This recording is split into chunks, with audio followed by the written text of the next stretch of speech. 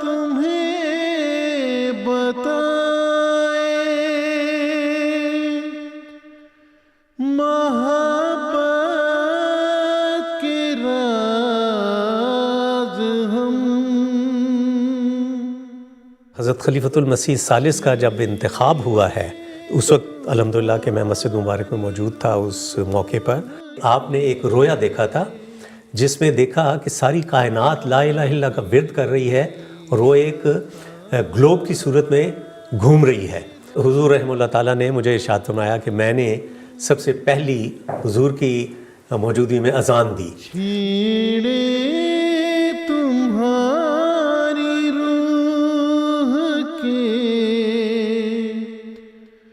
خوابیدہ ساز ہم۔ اعوذ باللہ من الشیطان الرجیم، بسم اللہ الرحمن الرحیم۔ ناظرین محترم، MTA انٹرنیشنل کے اسلام آباد اسٹوڈیو سے حکایات صدق و وفا کی اس نئی ایپیسوڈ کے ساتھ ہم آپ کی خدمت میں حاضر ہیں۔ گزشتہ پروگرام کی طرح آج بھی ہمارے ساتھ خدا تعالیٰ کے فضل سے سلسلہ عالیہ احمدیہ کے ایک درینہ خادم مکرم مولانا منیر الدین صاحب شمس موجود ہیں۔ آپ اللہ تعالیٰ کے فضل سے MTA انٹرنیشنل کے مینیجنگ ڈائریکٹر کی حیثیت سے خدمت سلسلہ بجا لانے کی توفیق پا رہے ہیں۔ اس کے علاوہ آپ کو خدا تعالیٰ کے فضل سے ایڈیشنل وکیل التصنیف کی حیثیت سے بھی خدمت سلسلہ بجا لانے کی توفیق مل رہی ہے۔ مگر مولانا بہت بہت شکریہ آپ کا کہ آپ اپنے مصروف اوقات میں سے وقت نکال کر MTA تشریف لائے اور ہمیں وقت دیا۔ ہم اپنی گفتگو کے سلسلے کو وہیں سے آغاز کرنا چاہتے ہیں۔ حضور کے حضرت خلیفۃ المسیح الثالث رحمہ اللہ تعالیٰ کے دورہ یورپ کا ذکر چل رہا تھا اور اسپین کی مسجد کا جو افتتاح تھا، جو سنگ بنیاد تھا، اور اس کا ذکر ہوا۔ تو اس دورے میں بھی اور بالعموم بھی چونکہ خدا تعالیٰ نے آپ کو حضور کی معیت کا شرف بخشا، کچھ ایسی باتیں جو آپ کو لگا ہو کہ جن کی طرف حضور کی بہت ہی خاص توجہ رہتی تھی، وہ تبلیغ کے امور ہوں یا تربیت کے امور ہوں، تو وہ چند ایک جو آپ نے خود ملاحظہ فرمائے ہوں وہ ہمارے ناظرین کے ساتھ اگر آپ بانٹ سکیں تو۔ حضرت خلیفۃ المسیح الثالث رحمہ اللہ تعالیٰ، آپ سب کو علم ہوگا کہ قرآن کریم کی اشاعت کی طرف حضور کو بہت زیادہ توجہ تھی، اور حضور رحمہ اللہ تعالیٰ کے وقت میں ہی بہت وسیع پیمانے پر اشاعت قرآن کریم کے انگریزی ترجمہ اور ویسے بھی قرآن کریم کی طباعت کے بارے میں بہت زیادہ اس وقت توجہ دی گئی اور بڑی کثرت کے ساتھ اس کی اشاعت کی گئی۔ حضور رحمہ اللہ تعالیٰ نے یہ اسکیم بھی جاری فرمائی کہ مختلف ہوٹلوں میں اور لائبریریوں میں قرآن کریم کے نسخے رکھوائے جائیں، اور بڑی کثرت کے ساتھ یہاں پر بھی رکھوائے گئے اور دوسرے ملکوں میں بھی رکھوائے گئے۔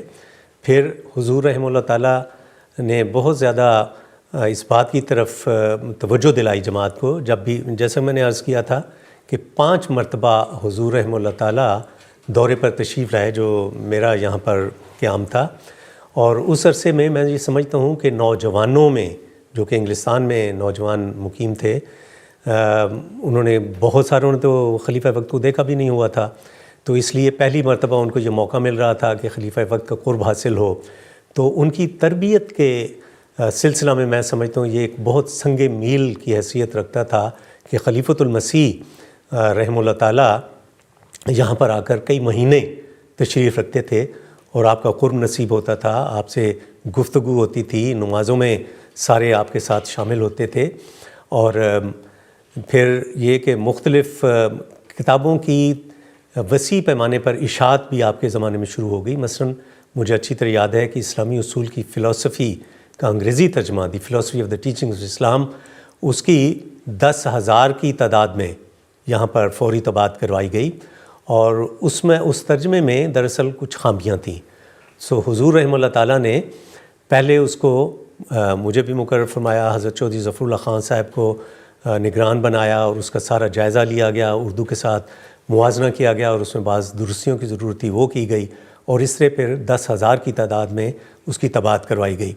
نہ صرف یہ بلکہ مختلف کتابوں کے تراجم حضور رحمہ اللہ تعالیٰ نے کروائے، اور اس طرح ایک تبلیغ اور تربیت کا سلسلہ جو ہے نئے رنگ میں یہاں پر شروع کیا گیا۔ ایمیچور ریڈیو کا قیام بھی تو اسی دور کی بات ہے نا؟ درست۔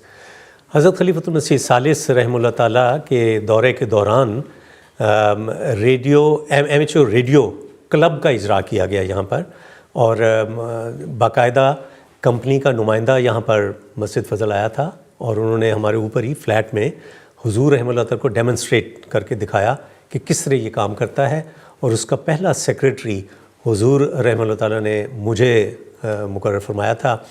اور پھر اس کے بعد ہم میں سے بعض نے، جس میں خواجہ رشید الدین قمر صاحب اور سید وسیم احمد صاحب اور بعض دوسرے، انہوں نے باقاعدہ وانزورتھ کالج میں ایمیچور ریڈیو کی کلاسز بھی لی تھیں، اور وہ باقاعدہ انہوں نے اس کے امتحان بھی پاس کیے تھے۔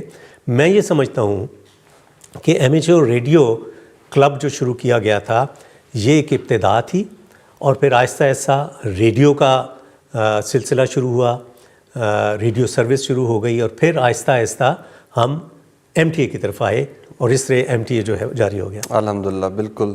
دیکھیے یہ بھی بولنا کہ ایک خلافت سے اگلی خلافت، اور آج خدا تعالیٰ کے فضل سے حضرت خلیفۃ المسیح الخامس ایدہ اللہ تعالیٰ بنصر العزیز کے اس بابرکت دور میں ہم یہ گواہی دیکھ سکتے ہیں کہ ہر خلیفہ کا کام اگلا خلیفہ جو ہے خدا تعالیٰ کے فضل سے وہ آگے بڑھانے والا ثابت ہوتا ہے، کیونکہ خدا کا مقرر کردہ نظام ہے۔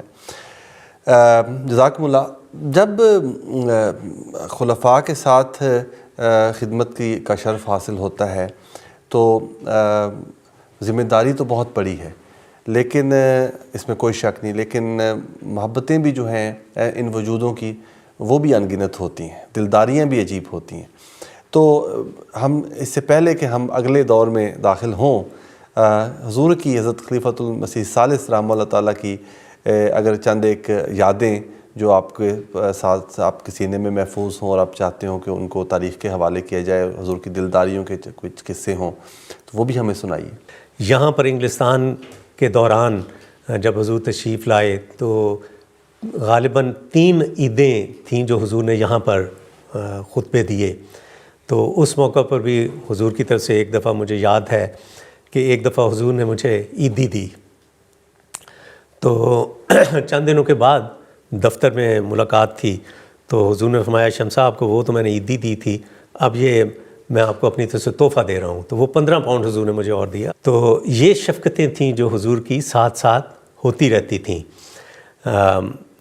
جیسا کہ پھر میں نے عرض کیا تھا کہ حضور کے جب 1980 کا دورہ ہوا تو وہ تو مجھے خیر یہاں پر سارے شہروں میں جہاں جہاں حضور تشریف لے جاتے تھے مجھے موقع ملتا رہا کہ میں حضور کو ڈرائیو بھی کروں اور حضور سے برکتیں حاصل کروں۔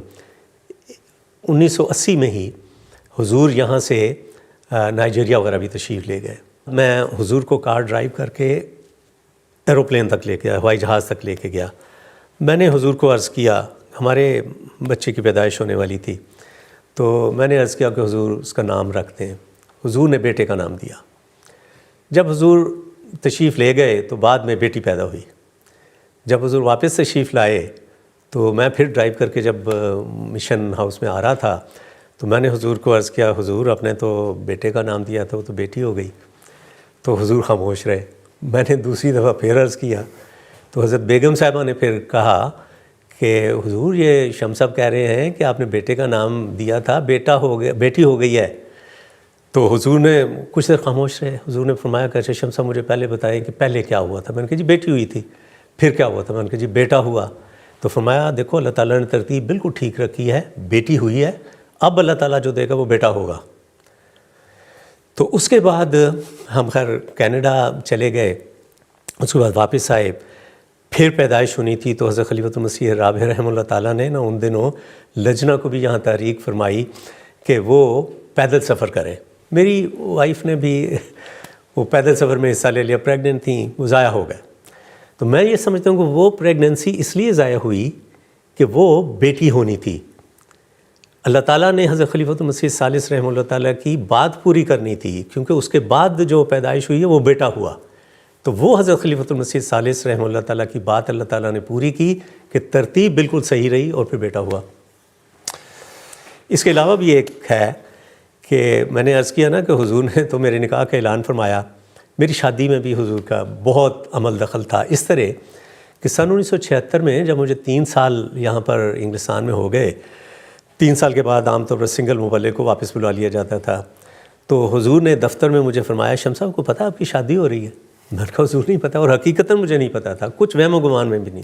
تو حضور نے پتہ نہیں، وہ تو آپ کی امی نے بات پکی کر دی ہے، وہ تو مسعود جیلمی صاحب کی بیٹی کے ساتھ آپ کا رشتہ طے ہو گیا ہوا ہے، پکی بات ہو گئی، آپ کو آ جائے گا ابھی اطلاع چند دنوں میں۔ تو بہرحال حضور نے مجھے فرمایا کہ وہ آپ اس طرح کریں کہ 3 سال آپ کو ہو گئے ہیں، آپ پاکستان جائیں، روا جا کے شادی کروائیں اور بیوی کو لے کر واپس آ جائیں، اور اس طرح پھر میرا وہ تقرری جو ہے وہ پھر کنٹینیو ہو گئی۔ تو اس طرح بہرحال حضرت صاحب کی بہت شفقتیں رہیں۔ جزاکم اللہ۔ مولانا آپ کو کینیڈا میں بھی خدا تعالیٰ کے فضل سے خدمت دین کی توفیق ملی، تو کچھ وہاں کی جو یادیں ہیں، کیسے وہاں تقرر ہوا اور پھر کیسا وہاں وقت گزرا، تبلیغ کے سلسلے کیا تھے، وہ بھی کچھ اگر آپ بیان فرما سکیں۔ حضرت خلیفۃ المسیح الثالث رحمہ اللہ تعالیٰ نے جب آپ سن 1980 کے دورے میں، چونکہ یہ اس دوران میری تقرری ہوئی تھی، جب واپس پاکستان آپ تشریف لے جا رہے تھے تو ایمسٹرڈم کے راستے سے آپ نے جانا تھا، مجھے بھی یہ شرف حاصل ہوا کہ میں حضور کے ساتھ ایمسٹرڈم تک جاؤں۔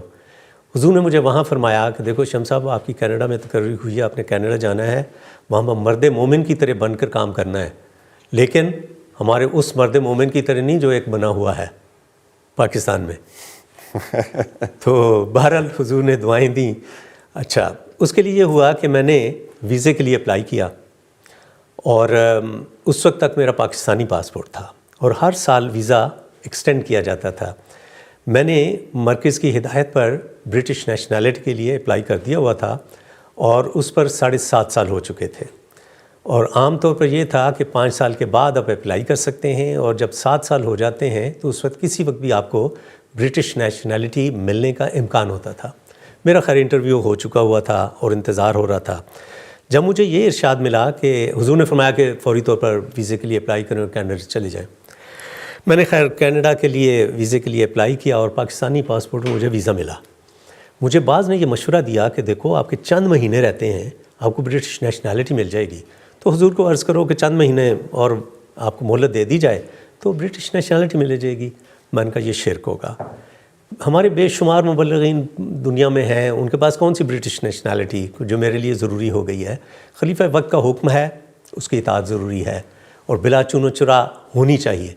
چنانچہ میں نے ویزا جو ہے کینیڈا کا وہ مجھے پاکستانی پاسپورٹ پر ملا، اس پر ملا، اور اس کے بعد اللہ کا کرنا یہ ہوا کہ ودن اے ویک اور سو مجھے برٹش نیشنلٹی بھی مل گئی، اور برٹش پاسپورٹ کے لیے اجازت نامہ آ گیا کہ برٹش نیشنلٹی کے لیے آپ برٹش پاسپورٹ بنوا سکتے ہیں۔ وہ میں نے بنوا لیا، لیکن ویزا میں نے اس پر پاکستانی پاسپورٹ پر لیا۔ بیوی کا بھی ویزا جا کے پھر برٹش پاسپورٹ جو ہے وہ کینیڈا میں جا کر لیا۔ میرا کہنے کا صرف یہ مقصد ہے، اپنے مربیان اور مبلغین بھائیوں کو یہ میں کہنا چاہتا ہوں کہ جو بھی خلیفہ وقت کی طرف سے حکم دیا جاتا ہے اس کی فوری اطاعت ہمارے لیے لازمی ہوتی ہے، اس کی انٹرپریٹیشن جو ہے وہ نہیں کرنی چاہیے، جو بھی حکم دیا جائے اس کو مان لیا جائے، اسی میں برکت ہوا کرتی ہے۔ جزاکم اللہ، بہت ہی عمدہ بات ہے۔ کینیڈا میں جو آپ کا وقت گزرا بطور مربی سلسلہ یا مبلغ سلسلہ، اس میں جو ایک ایسے کچھ واقعات جو خاص طور پر خدا تعالیٰ نے خلیفہ وقت کی دعا سے آپ کو خدمت دین کی توفیق بخشی ہو، وہ بھی ہمارے ناظرین کے ساتھ ضرور بانٹیے۔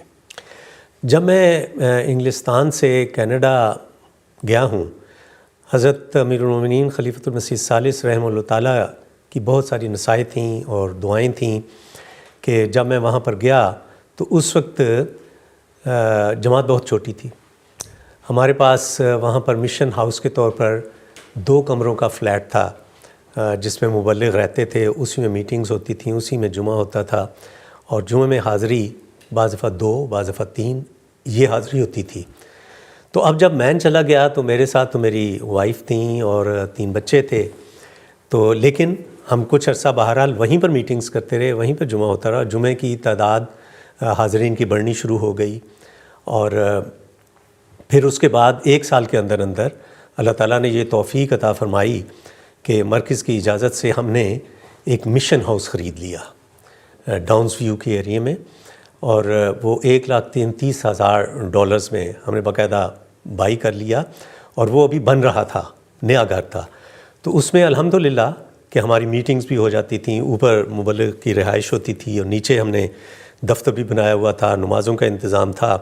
اور جہاں میں نے عرض کیا نا کہ 3 اور 4 اور 2 یہ حاضری ہوتی تھی جمعے میں، ہماری جمعے کی حاضری 200 سے 300 تک ہو گئی۔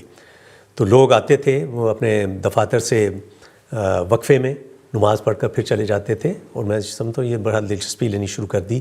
کھیلوں کا میں نے انتظام وہاں پر کروایا نوجوانوں کے لیے، اس طرح نوجوانوں میں دلچسپی بڑھتی چلی گئی۔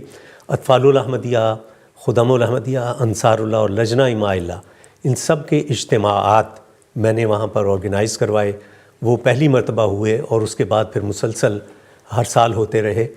اور تبلیغ کے لحاظ سے میں یہ سمجھتا ہوں کہ ساری دنیا میں جو جماعتوں میں باقاعدگی کے ساتھ ٹیلی ویژن پروگراموں کا سلسلہ شروع ہوا ہے، وہ میرے وقت میں وہاں پر شروع ہوا کینیڈا میں۔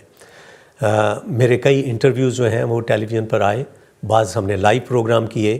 ہمارے جلسہ سالانہ کا جو پروگرام ہوتا تھا اس کے بارے میں اور جماعت کا تعارف وہ پیش کیا جاتا رہا۔ حضرت مسیح موعود علیہ السلام اور خلفائے کرام کی تصاویر باقاعدہ ٹیلی ویژن پر دکھائی جاتی رہیں، یہاں تک کہ ٹورانٹو میں اور برینڈفرڈ کے ایریا میں خاص طور پر ہمارے ٹیلی ویژن پروگرام ہفتے میں 3 مرتبہ دکھائے جاتے تھے، اور وہ نصف گھنٹے کے ہوتے تھے، اور وہ فری آف چارج ہوتے تھے۔ یہ کمال تھا۔ پھر اس کے علاوہ الحمدللہ کہ مجھے وہاں پر بانیان مذاہب کے بارے میں میٹنگز ارینج کرنے کا موقع ملا، اور وہ باقاعدگی سے ہم نے شروع کر دیا۔ پھر ریلیجس فاؤنڈرز ڈے منانے شروع کیے ہم نے، وہ برینڈفرڈ میں، مونٹریال میں اور ٹورانٹو میں، پھر مختلف جگہوں پر ہم نے وہ شروع کر دیے، جس کا چرچا مختلف اخبارات میں ہوتا رہا، اور ٹیلی ویژن پر اس کا باقاعدہ اشاعت ہوتی رہی۔ تو اس لحاظ سے میں سمجھتا ہوں کہ تبلیغ میں یہ سلسلہ شروع ہوا۔